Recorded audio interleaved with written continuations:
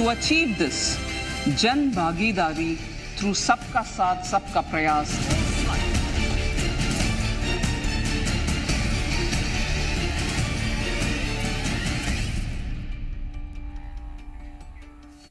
और चलिए शुरुआत करते हैं। वित्त मंत्री निर्मला सीतारमण ने आज देश का बजट पेश कर दिया है। इस बजट में जहां टैक्स स्लैब में छूट दी गई तो वहीं कई बड़े ऐलान भी किए गए हैं।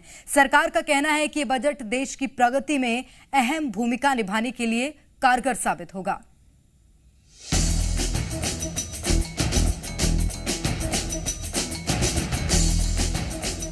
वित्त मंत्री निर्मला सीतारमण ने आज देश का बजट पेश किया। ये मोदी सरकार के दूसरे कार्यकाल का आखिरी पूर्ण बजट था। ऐसे में निर्मला सीतारमण ने टैक्स कटौती समेत तमाम बड़े ऐलान किए। अब 7 लाख रुपए तक की सालाना आय पर कोई टैक्स नहीं लगेगा।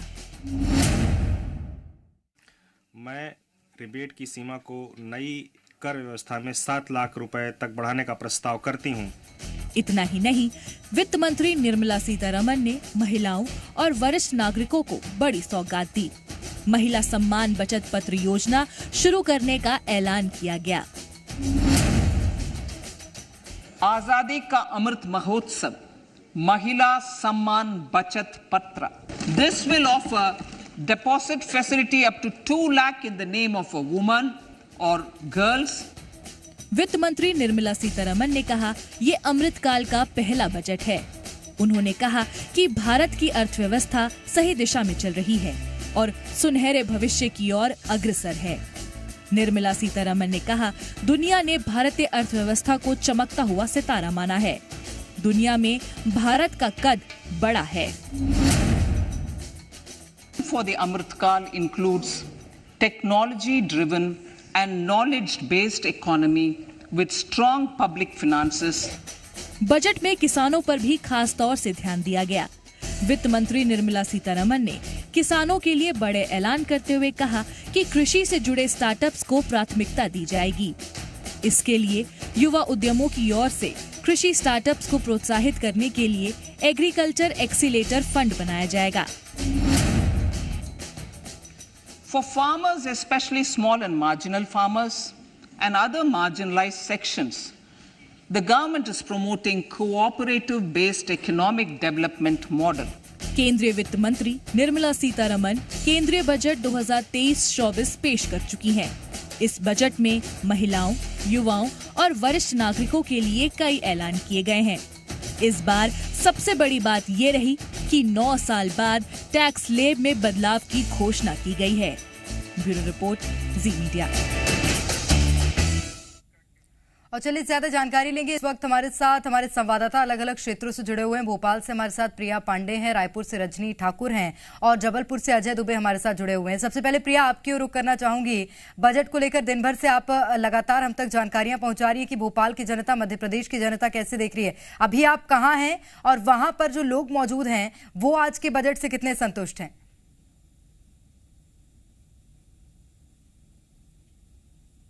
तो मैं राजधानी भोपाल के सबसे बड़े मार्केट में हूँ, न्यू मार्केट में इस वक्त मैं मौजूद हूँ और यहाँ हम अलग अलग वर्गों के लोगों से बात करेंगे, व्यापारी से, आम जनता से, जो बताएंगे कि जो बजट पेश किया गया है आखिरकार वो उनके लिए कितना खास है, कितना राहत देने वाला है। सबसे पहले व्यापारी वर्ग से ही बात करते हैं क्योंकि टैक्स स्लैब में लगभग 9 साल बाद बदलाव किया गया है, इससे इन्हें कितना लाभ होगा इस पर ही बात करते हैं। टैक्स स्लैब में 9 साल बाद बदलाव किया गया है, व्यापारी वर्ग को कितना फर्क इससे पड़ेगा? बहुत ज़्यादा फर्क पड़ेगा। व्यापारियों को ये एक बहुत बड़ी राहत दी गई है और व्यापारी वर्ग इस बजट का स्वागत करता है। इसमें 9 लाख तक के इनकम के ऊपर सिर्फ 10% तक की स्लैब रखी गई है। 1 से 3 लाख फ्री दिया गया है, 3 से 5 लाख पे 5% है। तो ये एक अपने आप में व्यापारियों को बहुत बड़ी राहत मिली है। इससे ये व्यापारी वर्ग काफ़ी लंबे समय से मांग भी कर रहा था, तो बजट में ये सुविधा दी गई है, तो इसलिए व्यापारी वर्ग इसका स्वागत करता है। बिल्कुल। अच्छा, ओवरऑल अगर बजट की बात की जाए तो आपको क्या लगता है कैसा बजट है और आपके जीवन पर इसका कैसा असर पड़ने वाला है? सीनियर सिटीजन को भी राहत दी गई है, महिलाओं को भी राहत दी गई है, व्यापारी वर्ग को भी राहत दी गई है। इस हिसाब से देखा जाए तो मोदी सरकार के इस कार्यकाल का जो अंतिम बजट पेश किया गया है, ये बहुत अच्छा है और हम सब इसका स्वागत करते हैं। बिल्कुल, तो ये व्यापारी हैं प्रेरणा और कह रहे हैं कि ये जो बजट आया है वो अच्छा है। टैक्स स्लैब में जो बदलाव किए गए हैं उससे खासा लाभ जो है वो व्यापारी वर्ग को मिलने वाला है। और भी लोग हैं, इनसे भी बात करेंगे कि इनके जीवन पर इसका कैसा असर पड़ेगा। निश्चित रूप से तो आम जनता के जीवन में, इसी के साथ व्यापारियों के जीवन में क्या कुछ असर पड़ रहा है, प्रिया लगातार बातचीत कर रही है। प्रिया, आप बने रहेगा हमारे साथ। रजनी की ओर रुख कर लेते हैं। रजनी, छत्तीसगढ़ की अगर बात करें, छत्तीसगढ़ में इसका कैसा प्रभाव पड़ रहा है जनता पर, और पड़ेगा जब बजट आगे लागू होगा, उसकी जो चीजें हैं वो धीरे धीरे लागू होने लगेंगी, तब जनता उसे कैसे सोच रही है, कैसे देख रही है?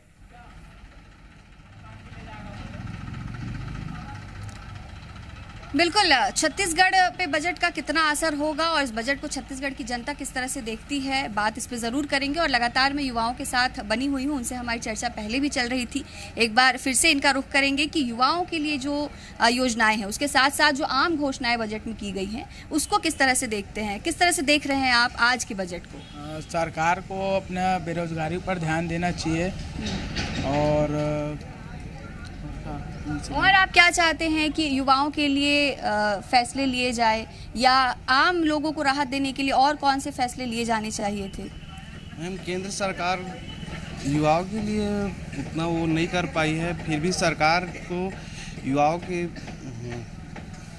अग्निवीरों के लिए भी एक घोषणा की गई कि अग्निवीरों को जो राशि सरकार की तरफ से दी जाएगी वो टैक्स फ्री रहेगी। आप खुद एक युवा हैं, किस तरह से देखते हैं इस घोषणा को? क्या फायदा मिलेगा इससे युवाओं को, या यही वो घोषणा थी जो युवा चाहते थे? मैम, ये पूरा जुमला घोषणा वो करते हैं। ये नौकरी की भी 20 करोड़ की नौकरी का भी वादा किए थे, वो भी नहीं कर पाए। पूरा जुमलाबाजी। सरकार नरेंद्र मोदी को युवाओं पर ध्यान देना चाहिए। आप कितने सहमत हैं अपने साथियों की बात से? मैम, कहीं ना कहीं युवाओं के लिए सरकार को ध्यान देना चाहिए था। रोजगार में भी कहीं ना कहीं केंद्र की सरकार को ध्यान देना था। तो कहीं ना कहीं युवाओं में उस चीज़ का तो मैं आक्रोश कि उनको रोजगार नहीं मिल रहा है जी। और ओवरऑल अगर आम बजट को देखें तो उसको किस तरह से अब देख रहे हैं? संतुष्ट हैं इस बजट से, ये बताइए। मैं बिल्कुल संतुष्ट नहीं हूँ इससे। क्या करते हैं आप? मैं एक स्टूडेंट हूँ। और क्या पढ़ाई कर रहे हैं आप? मैं 12th का छात्र हूँ। मैं कॉमर्स तो ये युवा हैं और छत्तीसगढ़ के युवा क्या हैं। उम्मीद थी आपको? कुछ कमियां जरूर बता रहे हैं बजट में। इसी के साथ जबलपुर से अजय हमारे साथ बने हुए हैं। अजय, मध्य प्रदेश की न्यायधानी है जबलपुर, और न्यायधानी की जनता कितना न्याय खुद के साथ मान रही है इस बजट को लेकर? बिल्कुल बता दें कि बजट को लेकर व्यापारी वर्ग उतना तो खुश नहीं है जितना होना चाहिए, लेकिन स्मार्ट बजट के तौर पर जरूर देख रही है, क्योंकि साफ तौर पर महिलाएं इसे लेकर बेहद खुश हैं। क्योंकि महिलाओं को जिस तरह से 2 लाख रुपए बचत के लिए सरकार ने 7.5% ब्याज देने की बात कही है, तो महिलाएं इसको लेकर बेहद खुश हैं। छात्रों की बात करें तो डिजिटल लाइब्रेरी को लेकर छात्र भी बेहद खुश हैं, लेकिन व्यापारी वर्ग जिस तरह से उम्मीद कर रहा था वो कहीं न कहीं नाराज दिख रहा है। साफ तौर पर उन्होंने नाकों पर जिस तरह से टैक्स लगते थे उन्हें लेकर उन्हें लंबे समय से मांग थी, वह भी उनको छूट नहीं मिला। जीएसटी के दायरे में पेट्रोल डीजल की बात आ रही थी कि गैसों का दाम भी कम किया जाए, वह भी कहीं न कहीं बजट में चर्चा नहीं किया गया। इसको लेकर कहीं न कहीं वो नाराजगी है। किसानों को जिस तरह से राहत दी गई है तो किसान वर्ग तो खुश है, लेकिन उसके साथ साथ महिलाएं और साफ तौर पर रियल एस्टेट के जो लोग हैं उनका भी कहना है कि कहीं ना कहीं जिस तरह से रजिस्ट्रीकरण को लेकर जिस तरह से 5 से 6% पूरे ऑल ओवर इंडिया में जिस तरह एक समान रजिस्ट्रीकरण के टैक्स को लेकर कहा जा रहा था, तो उसको लेकर वो भी बजट में कहीं ना कहीं चर्चा नहीं किया गया। तो उसको लेकर भी तो कहीं नाराजगी देखी जा रही है। तो कहीं इसे लेकर जिस तरह से 7 लाख रुपए जिस तरह से किया गया, सरकार ने टैक्स किया, उसको लेकर लोग तो खुश हैं, लेकिन साफ तौर पर कह सकते हैं कि चूंकि ये जो बीजेपी सरकार का पूर्णकालिक बजट अंतिम बजट था, तो इसे लोकसभा चुनाव के नजरिए से भी इसे लोक लुभावन भी कह सकते हैं। लेकिन व्यापारी वर्ग कहीं टैक्स को लेकर खुश है तो कहीं कुछ चीजों को लेकर नाराजगी भी जता रहे हैं। बिल्कुल, जाहिर तौर पर तो मध्य प्रदेश और छत्तीसगढ़ की जनता के क्या रुख हैं, क्या कुछ स्टैंड दोनों प्रदेशों की जनता ले रही है, वो लगातार हम पहुंचा रहे हैं आप तक हमारे संवाददाताओं के माध्यम से। आप सभी का बहुत शुक्रिया तमाम जानकारी साझा करने के लिए।